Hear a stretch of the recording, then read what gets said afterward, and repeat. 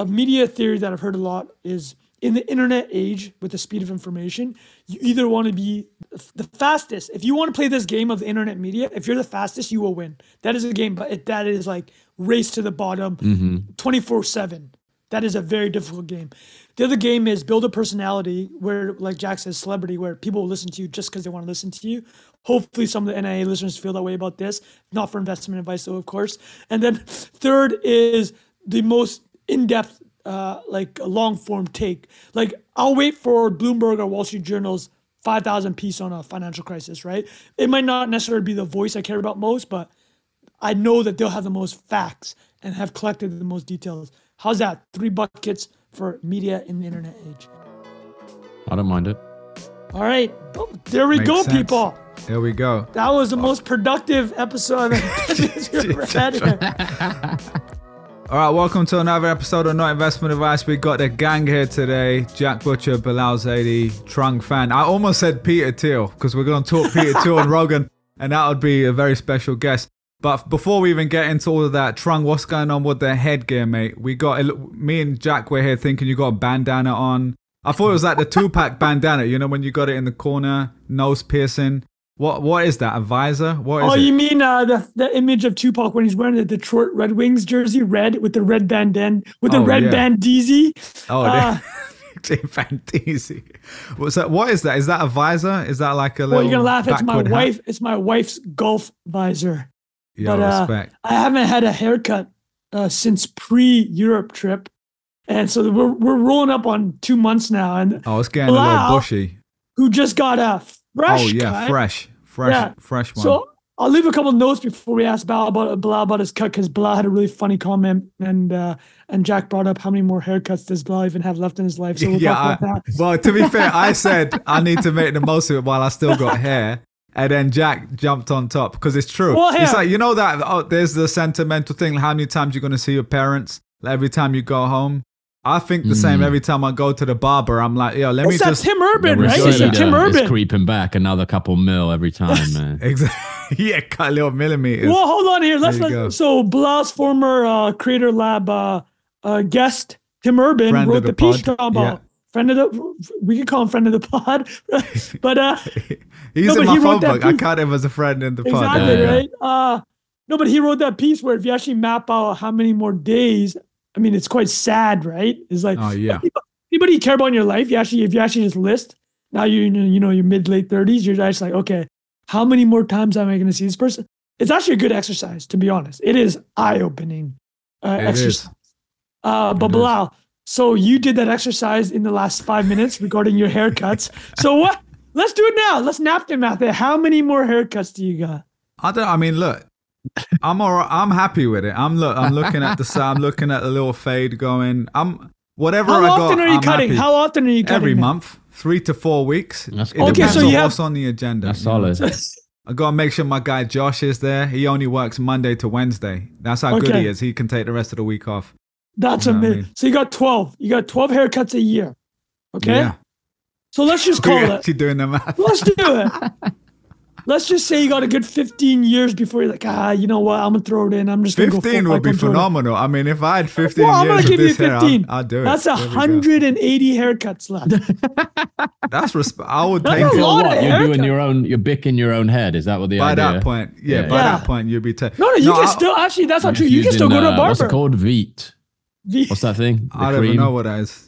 Yeah, the cream that makes your hair fall out. Rogaine, no? Oh. I don't even know. V. Okay. Good to know. We need to talk about how briefly, like the shaved head was not really a thing until Michael Jordan, like really made it a thing.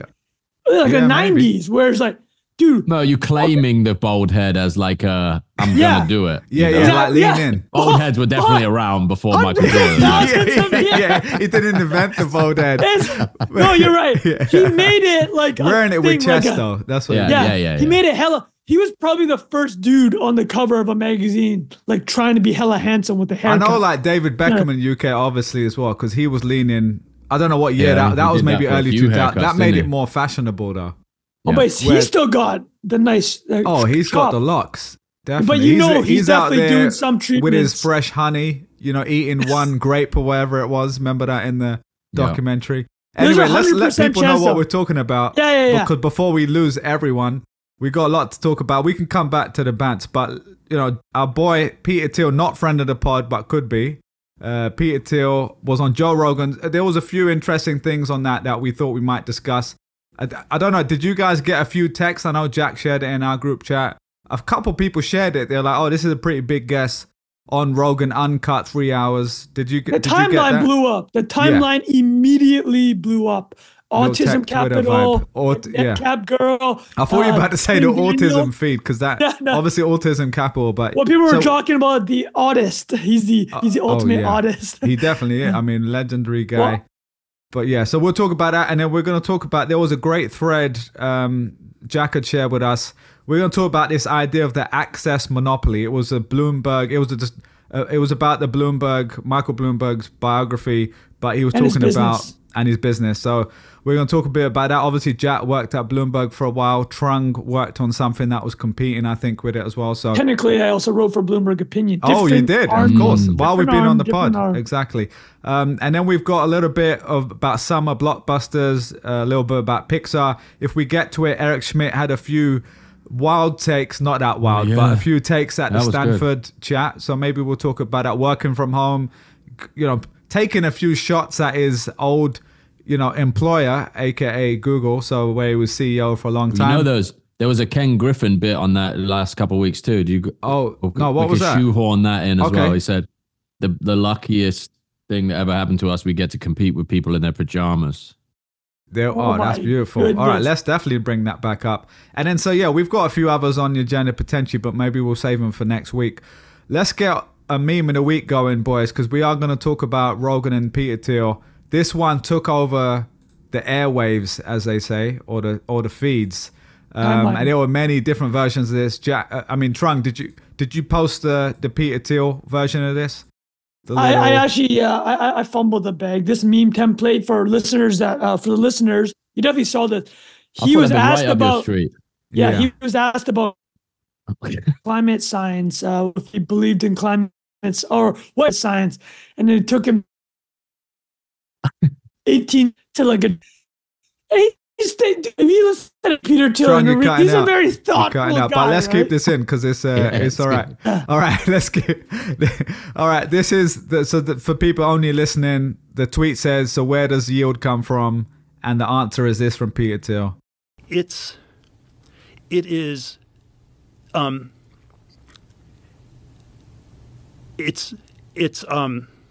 Well,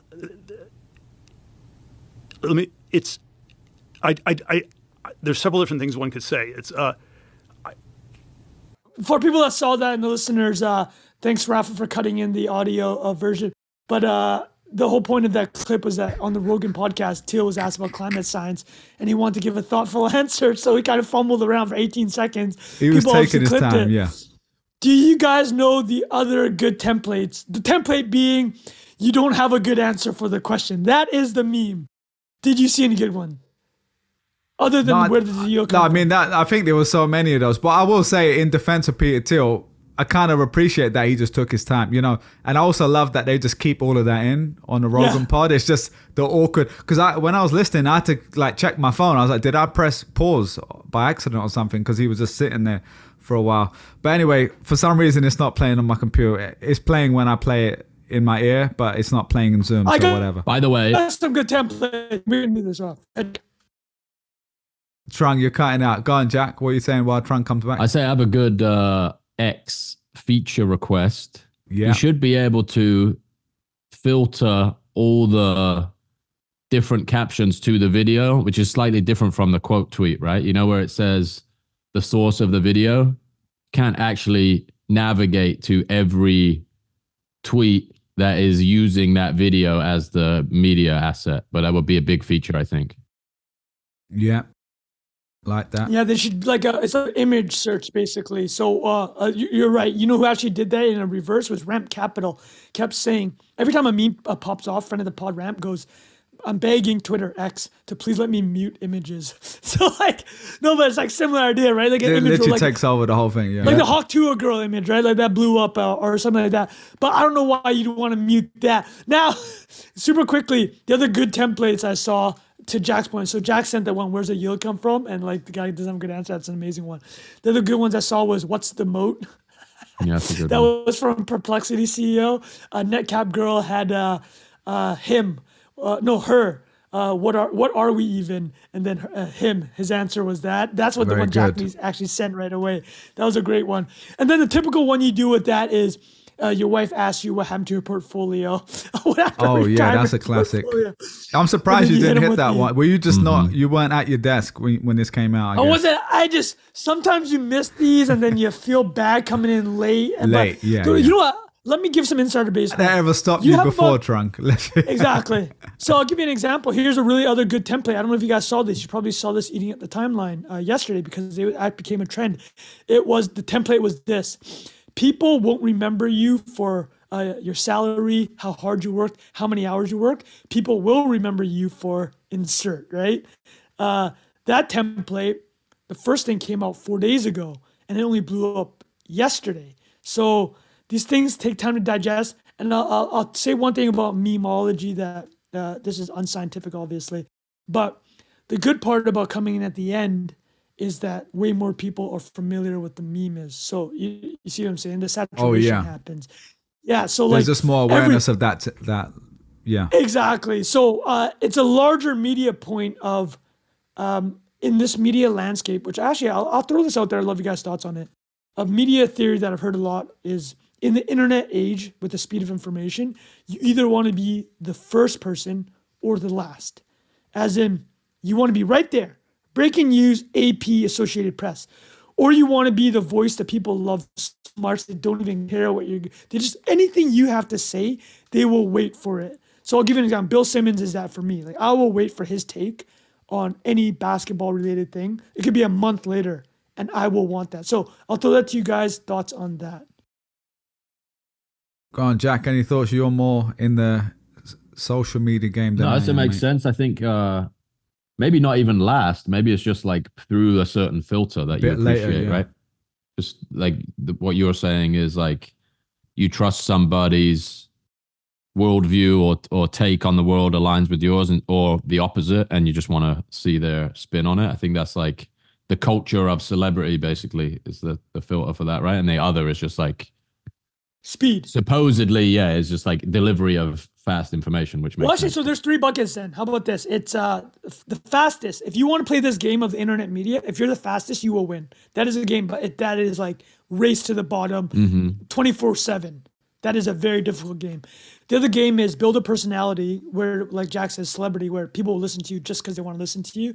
Hopefully some of the NIA listeners feel that way about this. Not for investment advice, though, of course.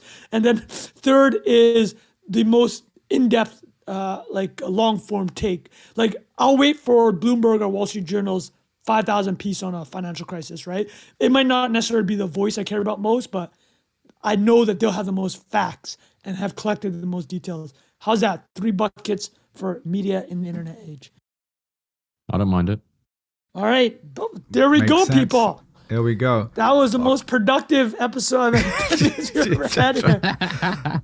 All right. Well, talking of which, let's talk about Thiel on Rogan. Like we said, I mean, we don't have to spend too much on this, but I think there were enough. Yes, we do. Like we said, I mean, yeah, to be fair, this could be a whole hour's pod, but, you know, this is typical, you know, internet culture. Like we said, a reaction video. I mean, Trung, first of all, do you ever watch reaction videos to music? Because I know Jack does. We've sent each other these before. And specifically, Americans reacting to English, like UK rappers and stuff, is hilarious because it's like a I'll be unique honest. take. The only time I've done it is when you show me. Like when you showed me the not like us stuff. Oh, like, yeah. It was That amazing. great. I had no idea, dude. So like, thank you. It's You such actually an introduced me to It's it. quite an interesting thing. Like we should do a whole reactions channel or like a series of clips. 'Cause I it's think kinda funny. we would crush a reactions channel. Yeah. That would be actually quite fun. We should try that out just for jokes. But I guess I'll throw it to you guys. Is there anything that from the 2.5, 3 hour episode, was there any ideas or things that came up that you thought were I have a whole interesting? list, so you guys go, and then I'll say anything you don't say. Okay, Jack, Nashville, anything? top 2 There we American go. city, boys. Respect, 10 minutes pop in. that real estate bag. Here we go. No, hold on. What was the Early. criteria, True, though? yeah. What That's was true. the criteria? Well, tax. He went through the 0% income tax, and then just I think really the point was like which cities are interesting state or tax, have, right? Yeah. or have their own kind of culture outside of New York and LA. Because I think he lives in LA and works out of LA. Sounded like he moved from SF to LA. Yeah, and I think it was he bought a place in Miami during the Miami euphoria, COVID era, Miami euphoria, maybe a little bit before actually. And then Nashville has snuck into that category in the last few years, boys. And yeah. Obviously there's Austin, but Austin's had a little bit of a dip recently, it looks like, in terms of actual net migration, real estate prices. It seems it had like his 10-year run. Yeah. 2010 10 years ago. Yeah. It was just like ripping for so long. And like so much development has happened. And it feels like Nashville's maybe closer to the beginning of that type of situation, right? We have people moving in from bigger cities, bigger developers building stuff. And you could take the opposite side of that argument too, where it's like the charm of it will be destroyed by the corporate interests and now see it as a place to extract from. It's also like, I think another interesting thing about, I don't know the proper terminology for this, but like transient dollars coming to a city like Nashville is quite a crazy economic environment compared to a different. You're talking about like tourists, like doing bachelor parties. I would imagine, like 50% of the money that gets spent on in like downtown Nashville is from outside of residents of the city, which obviously there's a reason why. A New York restaurant, for example, will decide to open a location in Nashville before they would, I don't even want to say an alternative, but another American city that may not have beyond the come up in the same way. So it's cool. I was very shocked to hear that, because as he was like listing the criteria, I was like, oh, maybe they would mention Tennessee, but when they plug Nashville, I was like, oh. Wait, hold on. What are the criteria? Low tax. It has to be low tax state. Cultural. This was his criteria, right? You're saying. Yeah. So what was the criteria that you remember Thiel walking through? I think low tax was important. It was low tax, and it was like interesting, creative, like seeing people, businesses starting up, entrepreneurial attitude. And like pro business. I think even politics wise, he was kind of saying, the city has like its own identity in some ways. It's like Nashville obviously has a music scene. Yeah, country music and everything. Yeah. So pretty cool to hear that. And Jack, if I were to ask you, why should I move to Nashville? What would you say to me? Like with a family, how about this? I want 2 pitches. You're pitching a single Sell me buddy, this pen to Jack. Yeah. Or you're pitching me as a young family. Can you throw me those pitches? What is Jack Butcher's pitch for Nashville? Young family, I don't have the information on this, but the anecdotal evidence for being around your peers is high in my experience. Like there are a lot of people starting families, moving to get more space to have families, and the city itself is what's been most interesting to me about living here as well, outside of obviously growing a family, is like being in a place that is going through that sort of transition. New stuff happening all the time is very interesting. Like when you're in New York, you sort of take that for granted in a lot of ways. Like, oh yeah, the best stuff is just going to sort of arrive here, and you live 2 blocks away from some Michelin star restaurant. You never have to visit it. When you're in a place where those things are like become like significant events because they're like you make the effort, you mean, right? Make the time to go do it. Or, like in New York, another good example is like musicians that visit. Basically anybody, there'll be a tour date in New York, no matter what. Doesn't matter if they're like 500 person venue or 50,000, they'll find a place to play in New York. Nashville sort of has that, like the music cachet to get big acts to come play. And there's like, well, I guess that is the main reason, but there's also like a ton of, like relative to the size of the place, I think the amount of venues for things like that are quite significant. Like there's a lot of places, there's a 100,000 seat stadium, there's 20,000 seat indoor outdoor stadiums, there's a lot of people come through and play music here. What else would I say? Food, I think, is great for size of the place, like outsized to like a comparable size city. I think it's pretty. What type of food? Was there Nashville's known for barbecue, right? I wouldn't say known for it, but it's good. Okay. And then you have like, I would say decent tier, almost every other cuisine. Location is sick. 10 minutes to the airport from basically anywhere in metro Nashville area. And obviously as it grows, that'll be slower. But then you're like 2.5 hours to New York, 3 hours to LA. That's it. Oh, nice. So it's kind of like a Chicago situation. Yeah. Well, like how far is Miami from LA? It's probably similar, like in that way as well. Or maybe that's 4 hours. No. No, I was saying Miami to LA. I was saying probably 5. No? I was saying like a lot of people that I know that moved to Miami. They're like, I go to the West Coast a lot. I go to East Coast, and it's 5.5 hours. Oh, okay. So that's like flying from New York. To be fair, it's not that different. Yeah. Anyway, that's great. I think the central location is quite great.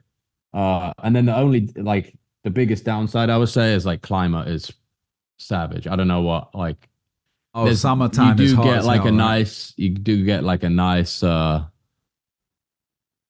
tail end of summer going into winter. You get like 4 or 5 months of really nice weather, but like for somebody that has my genetic profile, the summer is pretty aggressive. Yeah. See you wearing that hat inside. Wait, let me actually throw a little bit of let me comment on that in a scientific way, but like from The Economist. So this is like a proven. So you know how my wife and I always get in arguments about sunscreen. I never put sunscreen on. I'm like, listen, I'm Vietnamese. This is genetically, evolutionarily, my people's. Bilal's probably in the same bucket, right? He's like, we deal with the sun. So she keeps hitting me up. She's like, you got to wear sunscreen. You got to wear sunscreen. And then some research has come out actually where if you have a certain pigmentation, obviously the darker, you actually don't need as much sunscreen. I was hitting over that research and you be sending that in the text chat like, hey, did you read my message yet? Yo, how often, let's do one more segue. How often does that happen? You have this long running, like a low boiling dispute with your significant other, and then some random research you're reading, like the Times comes up, you just send it to her, you're like, I knew it. I told you so. Yeah. But anyways, we leave it at that. The last thing I'll say is this. I just pulled up the map here. We can wrap up this. I like how we just shoehorned some good Nashville chat. Here. Yeah, but that was on my notes. He did mention that right in the beginning.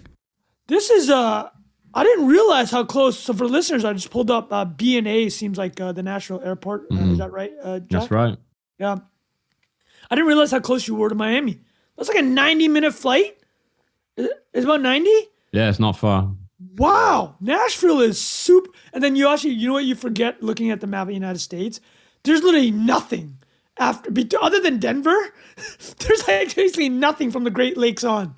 So like, look at that. It's like Nashville. The only thing west of Nashville, really, outside of Texas, is Denver, KC, Phoenix, LV, San Diego, LA, and Seattle. What website is this? This looks like 99 Southwest. That's got to be Southwest. Got it. Okay, that's just Southwest flights, though. It's very pixelated for me. No, there's other obviously places you can go to, but like I'm sure Salt Lake City is somewhere there. But all right, so that's amazing. Good. Yeah, he talked about that right in the beginning. I'll just say one other thing that was kind of the overarching idea, which obviously in his book 0 to 1 he talks about this as well, but the kind of bits versus atoms, and he talks about lots of progress in bits, i.e. software, obviously mobile phone apps, all that sort of stuff, exponential growth there, but not as much progress in atoms, aka the physical world. Which I thought that's a really good frame. Like I was actually chatting to my dad about this. My dad loves stuff like this, so we were having a little bit of chat about it. He'd been writing those notes, sending them to me. So we were talking about that idea. So what do you think about Nashville? Can you ask Jack? Yeah, exactly. But I thought because a lot of the stuff they ended up talking about AI and stuff after kind of led us up into that idea, and that's kind of one. When I read the book, I remember that was the first time I really thought about. We think of technology being essentially the internet nowadays and like mobile phones, stuff like that. But really, technology is anything like obviously machinery, airplanes, nuclear bombs. Like all of these are forms of technology, but we don't really think of that because we just think of like the internet essentially. And so his kind of take is we've done a really good job in software and stuff like that moving forward, but for all the other stuff it's very stagnant. So I think that was one of the main things I thought was kind of interesting. Bureaucracy. Yeah, exactly. That was a part of the discussion. I heard him talk in New York a few years ago, and he made some comparison between how much the cost to build a mile of tunnel or bridge has increased in New York in 50 years, for example. Oh, man. And it's like it's 100,000 times more expensive. 100/1,000. Half of that's just the McKinsey, exactly. consultancy fee for the bins, like I think the I trash told can. you. I think I told you boys this one before. The subway station I live over in New York was called Sterling Street, the 2 and the 5 line. Is this the Crown Heights one? Crown Heights, yeah, had a 3-month refurbishment process going on. They have to post all the notices. This is a $19 million refurb of the station. So I'm thinking, you're going to be able to eat your dinner off this place when it's finished. It's going to be beautiful. Honestly, you could have taken 2 pictures before and after and entered like a professional spot the difference competition. You have no idea they did anything, but they took $20 million to do it. 3 months. People showing up in high-vis vests every day, walking around. High-vis vests. But nothing's getting done, boys. Show me the incentives. I show you the outcome. Well, did you see the more recent stuff, like the subway stations where they changed? I can't remember. It was like the barrier to get in, like the turnstile, and it's just even easier to like jump through. Because I obviously pay because I'm a good citizen, but like a lot of people just like, wow, they made it even easier for me to just skip through this thing. And it's like they spent hundreds of millions on that sort of stuff. It's Dude, wild. I saw some crazy... The bins, right? Did you do a meme on bins, that one? Yeah. I think we did. Work? Yeah. Well, we talked about it for sure. Yeah, like I hit that one pretty hard. You definitely hit that. Well, for people who didn't see, they spent so much money on this study from McKinsey to basically, the conclusion, the punchline was closed bins are good, like versus like open bins or something like that. You actually know what? Like, so... Yeah, I found the PDF file. It's a 90 of the McKinsey report. I found the McKinsey. Well, I posted it. That's the most drunk shit I've ever heard. It went nuclear. Just I mean, you have to reading see 200 pages. Oh, we need to put that into Claude or something and I'll get do it it, to dude. me. No, but I'll tell you guys right now what it was. So it went pretty nuclear viral, and I had a lot of U.S. politicians retweet it and be like, maybe on the Republican side, but I'll tell you guys. So here is, I'll devil's advocate it, okay? It was a $4 million PDF. It was 100 pages. Basically, the conclusion is exactly what Bilal said. It was, we should put, it's called containerization. So in New York, as Jack knows and as Bilal knows, garbage gets collected on the streets and then picked up by garbage trucks. They don't have public garbage bins the way you would in like a Paris or Barcelona or any civil city. So apparently since the 1970s, the city of New York has been looking at, they literally call it containerization. And then like the third slide writes, the benefits of containerization: keeps garbage inside containers. Rats can't get to it. People can walk on sidewalks. Fucking idiocracy, man. Yeah, it's right. It's insane, right? This was the conclusion. Yeah. And then Mayor Eric Adams comes out, this was in July. This was when I was traveling. I remember when this happened. And he came out, and the video that Jack has up on the screen here is this massive presentation. The McKinsey PDF, that was just for the PDF, right? So we don't know how much they meant to spec these garbage bins.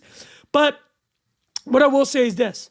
As with any problem, there are actually layers to it, right? It's like, so here's actually the difficulty with rolling out containers or proper bins is you have to redeck all the garbage trucks because garbage trucks have to be a certain way, right? Oh, you found the PDF? Can I just do it? Yeah. I put the PDF into Claude. I said, give a 5-word summary of this PDF. Yeah. And then I forced it to use simple language. And the 5-word summary is try bins, make new trucks. Yeah, that's good. That's brilliant. Oh my goodness. Well, there you go, right? But that's it, right? So you actually have to map out the entire city of New York to see which lanes there are to refurb the truck. There's complications. Yeah, no, It's just obviously funny. there's reasons they did it. It can't. No, I but was semi-joking, but it was no, but it's just kind of hilarious ridiculous still. how McKinsey always gets paid some absurd sum to come up with the most obvious conclusion, but people know why this happens, right? It's like you're paying McKinsey so you can get yelled at. Yeah, if something goes wrong. So something goes wrong, and you're also paying McKinsey because you've already made this decision, but then you have to convince everybody else in your organization, and they don't want to listen to you, so they'll listen to McKinsey. Yeah, so here Jack it is. sharing this on the screen. It's crazy. Oh, Give you that's guys giving me a headache just some looking at it. context here. Somebody, hundreds of people worked on this, no doubt. Oh yeah, but they're Incredible. like the 21-year-old analyst was doing the legwork here, Incredible, right? man. Yes, a real consulting PTSD. They need a little right here, visualized value love on the slides there, mate. Jesus. Make bins, Yeah. make new trucks. I've got a one-page PDF for you guys. Well, this is actually, there was something else we were going to talk about that this is, yeah. This sort of, there's a couple connecting threads to the Bloomberg thing off the back of this too. City of New York and Yeah. the information asymmetry. Oh yeah, definitely. Yeah, let's get back to that then. So yeah, that was a nice little tangent. But anything else? I mean, I only had a couple others, Trung. So I'll say I had a couple. the headlines, Go and then ahead. you can kind of like go through your ones if they overlap. So another nice frame I like was crypto's libertarian, AI is communist. So it's talking about centralized versus decentralized there. Obviously talking about the Turing test has already been kind of met since 2010 AI. So that was a big thing. And then there was a whole talk about charity, which I thought was quite interesting, where he was essentially saying Americans are raised with the belief that when someone gives all their money away, they're doing it because they're a good person. In Europe, people believe that when someone gives all their money away, they're basically covering something up, or they murdered They killed someone. someone, right? They killed someone, yeah.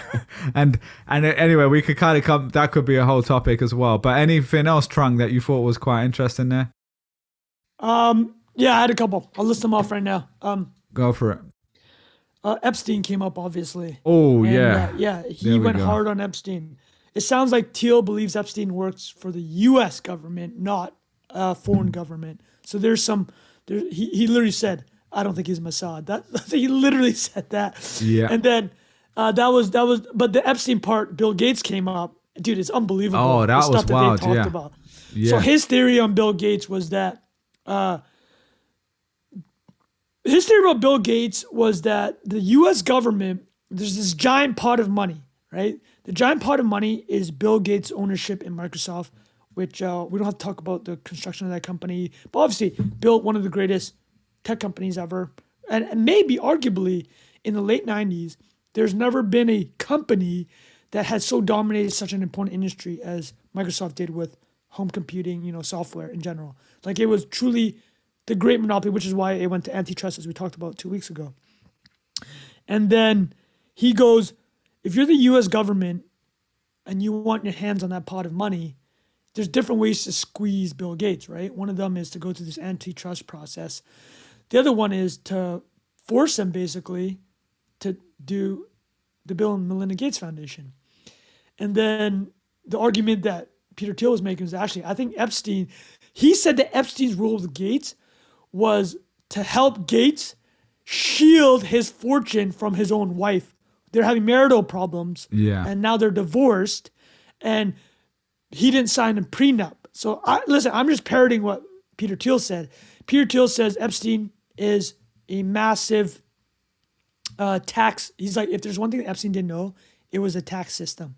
He said that he got introduced to him because for of that taxes. purpose, and Reid Hoffman introduced him founder of LinkedIn. Exactly. So his argument was that Bill Gates and Epstein's relationship was that Epstein basically convinced or was helping him with the Bill and Melinda Gates Foundation, because in a pure marital split, Melinda Gates would have walked away with whatever, 40, 50% of the assets. And then now she gets, I think officially she got maybe 10%. Still obviously $20, $30 billion. So Hey, don't hit me. This is Joe Rogan, people. You can put your tinfoil hat on, whatever. That was that. They're the one that They was talked a going lot about talking to tinfoil hat. They did a lot of they did alien it. stuff. Yeah, the alien. Well, here's the alien one that I wrote down. Joe Rogan was going on about how he thought the pyramids was like a nuclear reactor, and then Peter Thiel's like, yeah, I don't think so. Didn't we say in the group chat like you need to pop an edible for this one? This was some serious like they were going down the rabbit hole there. And then the last thing I'd say is was about JFK, which he had he had this quote which was unreal. He goes, they got JFK, and then Peter Thiel goes, yeah, I kind of showed you. They're talking about Trump's assassination attempt, and Peter Thiel basically said, it looked like the government was more effective in the 60s. If you guys take from that what it means, it's like they wanted to get something done, they got it done, and Joe Rogan is like, interesting point you've made. So I think I stopped writing notes by that point because I was already out. But no, that was a few good ones in there as well. Very good. Anything else, Jack, as well? Thanks, Trung. Those are good highlights. No, that was good. I think we could probably talk all day about it, so maybe we move on. But definitely love to hear people, if they listen to it, what they thought of it, any favorite moments in there. Should we talk about Bloomberg, this thread? Jack, you'd shared this, was very interesting. I don't know what you want to share about it, but there was this idea of access monopoly. I can bring up the tweet if you want.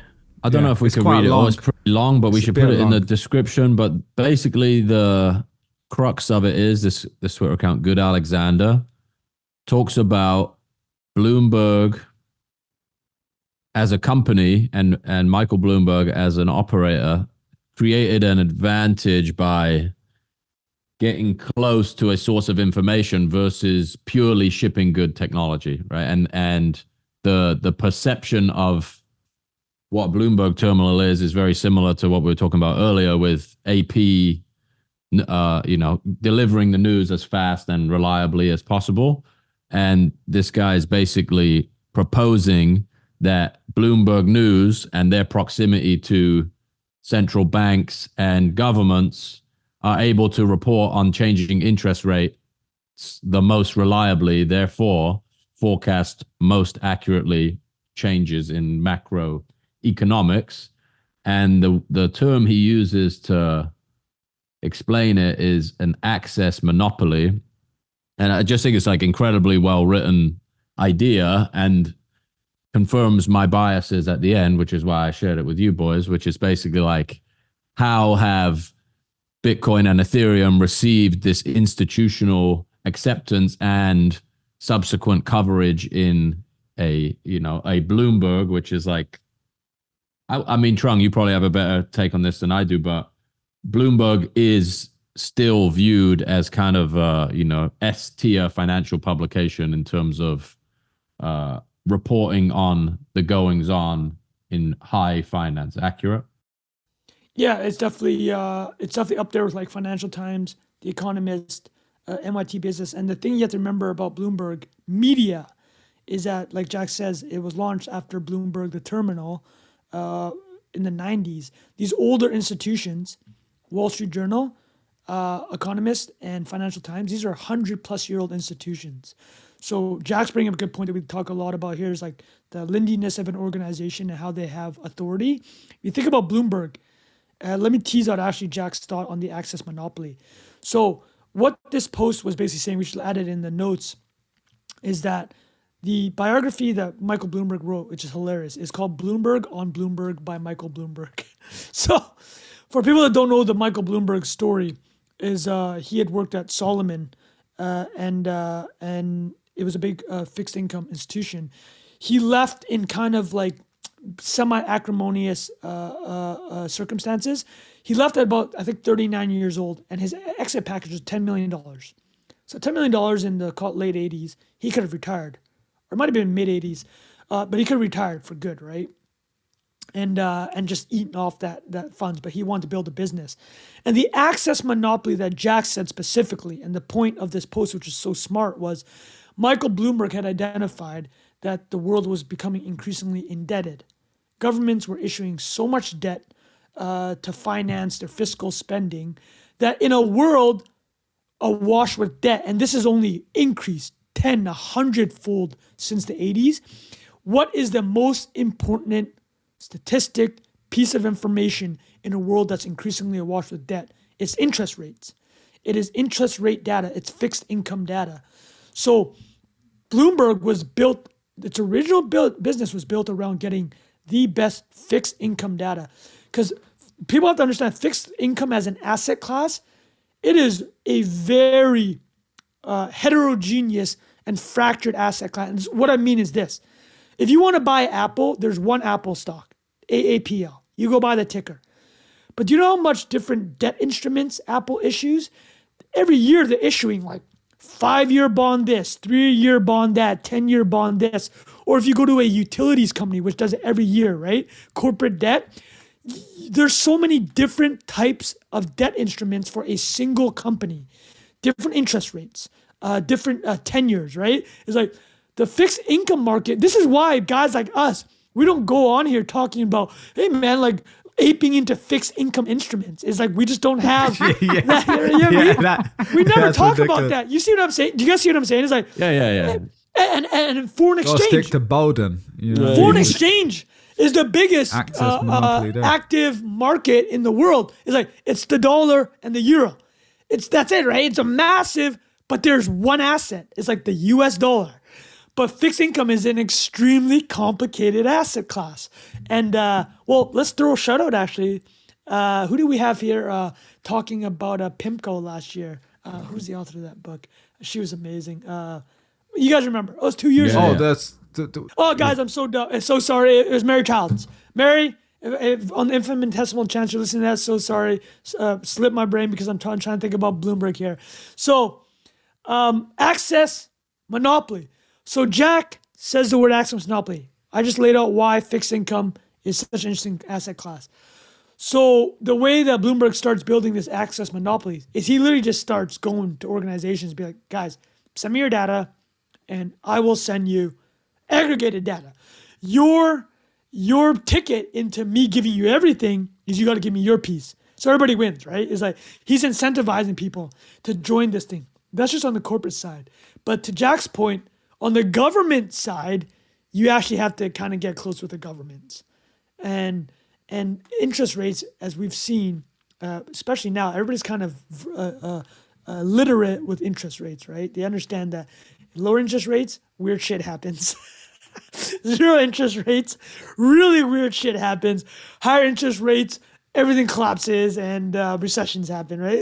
That's what kind of the feeling we have. Yeah, low interest rate toads are being sold for 50 grand on the internet, and high interest rates we're speaking to our therapist twice a week. We're eating ramen again, right? And so people get that.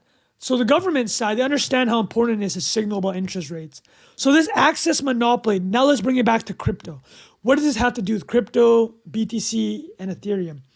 Well, this post was talking about how George Soros kind of made a lot of his fortune betting on interest rate movements, right?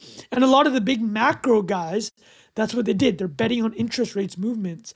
And a lot of it is because they kind of have this relationships with the governments and they understand they're getting this information.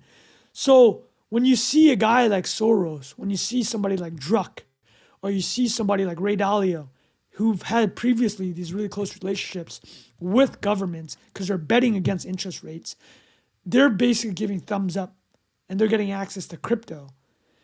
It's almost, we've kind of talked about this. The governments realize what's happening now, right?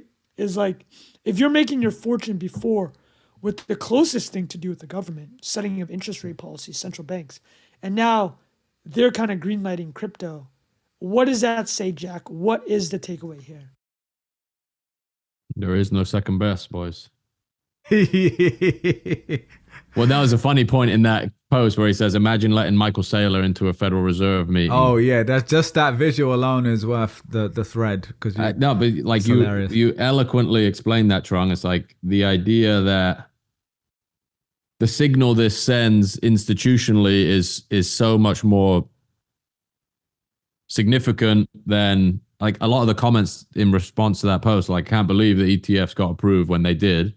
And in some ways, it's like an acknowledgement of the changing in narrative or the public potentially coming to that same conclusion that this is a, runaway train of debt.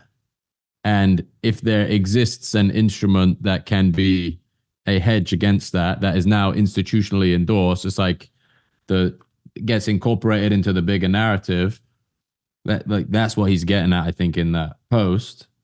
And what was the opening line? Used the term post-truth economics. It's like Michael Bloomberg is a master in post-truth economics. I don't know.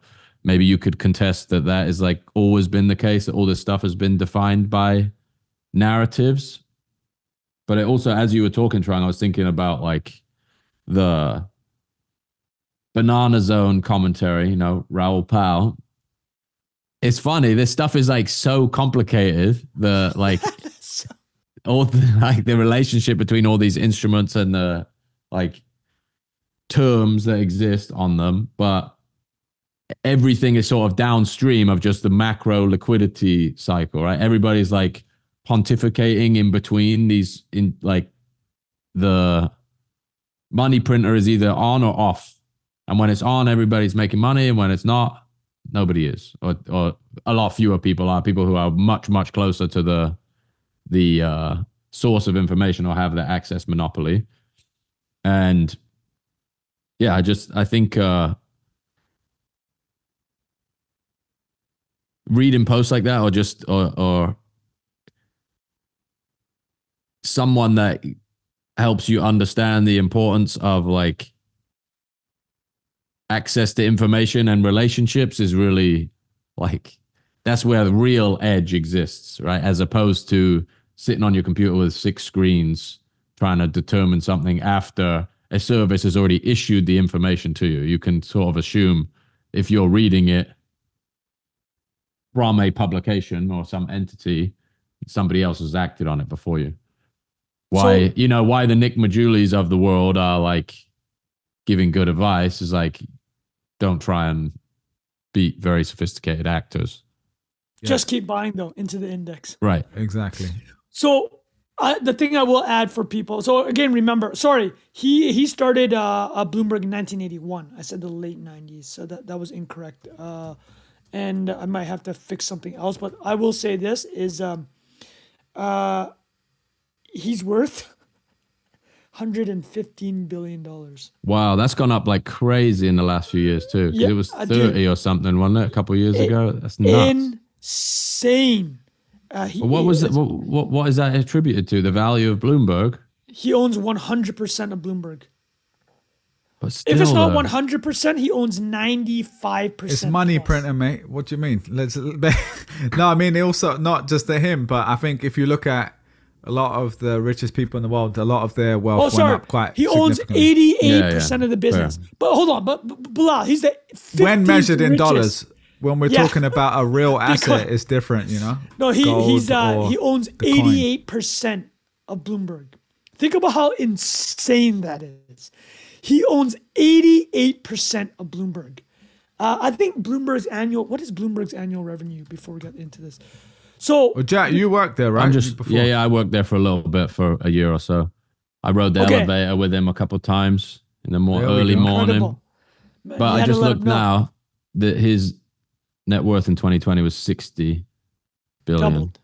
Doubled. So yeah, basically consummate with the number of dollars in circulation since then. He should have just bought S&P, mate. Do you know, doubled in 5-6 years. Well, here's a couple more Bloomberg details. Is we should add it since we're already on the topic. So Bloomberg's revenue last year is estimated at 13 billion. It's a private company, so it looks like that business is getting a 10x multiple, and it is getting a 10x revenue multiple if that's the case, because people that aren't familiar with the business, it's Jack will know, it's built around these terminals, right? The lock-in is insane, yeah. It's insane. It's like, but it's insane how the Bloomberg, so people that don't work in finance and don't know, I know a lot of people on this podcast will know this, but Bloomberg's main product is called the Bloomberg Terminal. And it started off literally as a terminal in the 80s to give you access to this fixed income data, right? But now you can access it via web. There's different ways, but people know it as a Bloomberg Terminal. And I think the annual subscription is $30,000 a year, something crazy. Annual subscription to. So Jack, Depends what were you on doing? volume and stuff. What were you doing there? You're doing. I worked for the, Josh Topolsky is. Guy Yes. started the Verge or something. He came in to do Bloomberg Business. Do you remember when that started? Is that what The magazine? Trump worked on? 2015 or something. Opinion. I did Magazine Bloomberg and Opinion. digital and all sorts. Trump, of that's stuff. what you wrote for, no? Opinion. I wrote for Bloomberg Opinion. Yeah, isn't that what you just said? No, it's a little bit different. I worked in the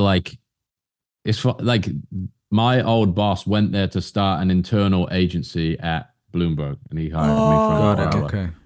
So we'd do all sorts of stuff in there, but the big project I worked on was the launch of what they call Bloomberg Business, which was the rebrand of Business Week. Do you remember Business Week? Yeah. Okay, yeah. got it.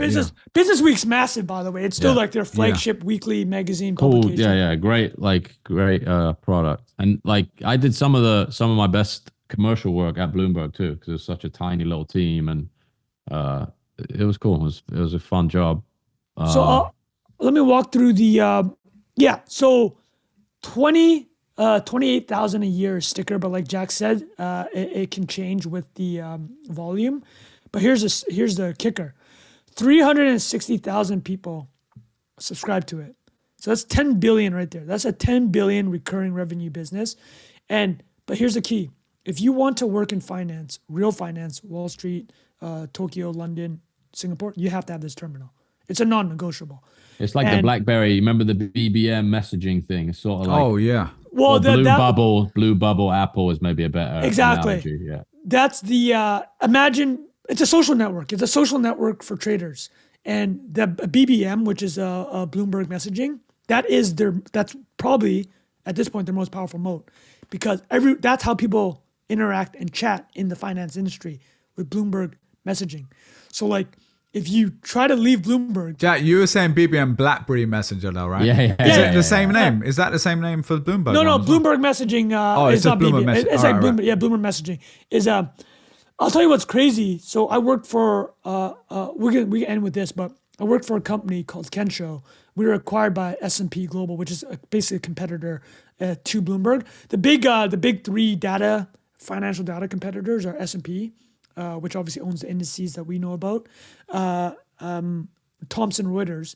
So Thomson is the source of the wealth for the richest family in Canada, I believe, or top two or three, and then Bloomberg. So those are kind of the big three, and competing against Bloomberg, extremely difficult. But the reason our business, Kensho, even kind of took off was the banks. Our funding came from the big banks, the big five banks in America, whatever the number is, like Bank of America, Morgan Stanley, Goldman Sachs, because all these banks realize their dependence on Bloomberg, right? So they understand that Bloomberg kind of has them by the balls. So Bloomberg, these banks actually in the mid 2010s launched something called Symphony. Jack, you remember this company called Symphony? What did they make? I don't know. It was a messaging company. It was a financial messaging company that raised $100 million from the banks because the banks wanted to find a way to crack open the Bloomberg monopoly. They're like, if we can just open this door a bit and like make ourselves less dependent on Bloomberg's messaging service, that gives them less. Like if Bloomberg raises the rates 10%, they have no leverage at all. Yeah, they have zero leverage. They have to pay. There's like, could they create any leverage? It sounded like it didn't work, or it's just a nominal player. But yeah, super interesting. Well, yeah, it reminds me of Oracle too. Like the software is like absolute pain in the ass to use, but like to undo yourself from the Oracle web of software as a like enterprise scale business. Feels Salesforce a little bit as well, right? Because it's just everyone's got their processes, and it takes so long to get it set up properly. And once you got it, you're like, oh, I'm not gonna mess around with this right now. Yeah, I think people don't think about that. You're right. And I don't know. Maybe this is a depressing thing, but it's like the levels to the game are so different, right? It's like the illusion that by making a superior technical product you will win is just objectively untrue, right? Like especially if you're moat is information, for example. It's all of the connections that are being made in the real world to feed that information into the machine are so much more about who you know, who you've done favors for, what what they get in exchange for working with you. And I think like reading that tweet, as obvious as it is in hindsight, is such a great I don't know, it reframed a lot of how I thought about that stuff, and the obvious nod to the institutional adoption of this stuff was kind of otherworldly a couple of years ago, right? It's like you can't even imagine that would be the case. It was unimaginable. Dude, when we started, it was like a running joke. Yeah, exactly.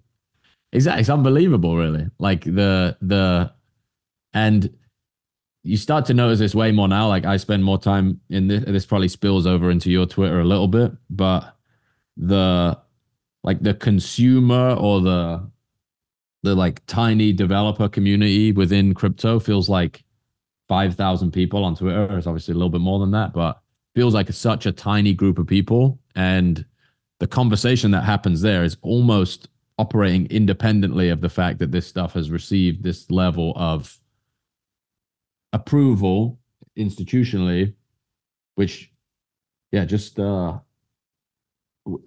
think the closing point in that post was like, short of like a violent reversal by administration X, which in a lot of ways the risk has been, so 6 months ago it was, will the Biden administration approve or not approve these ETFs, right?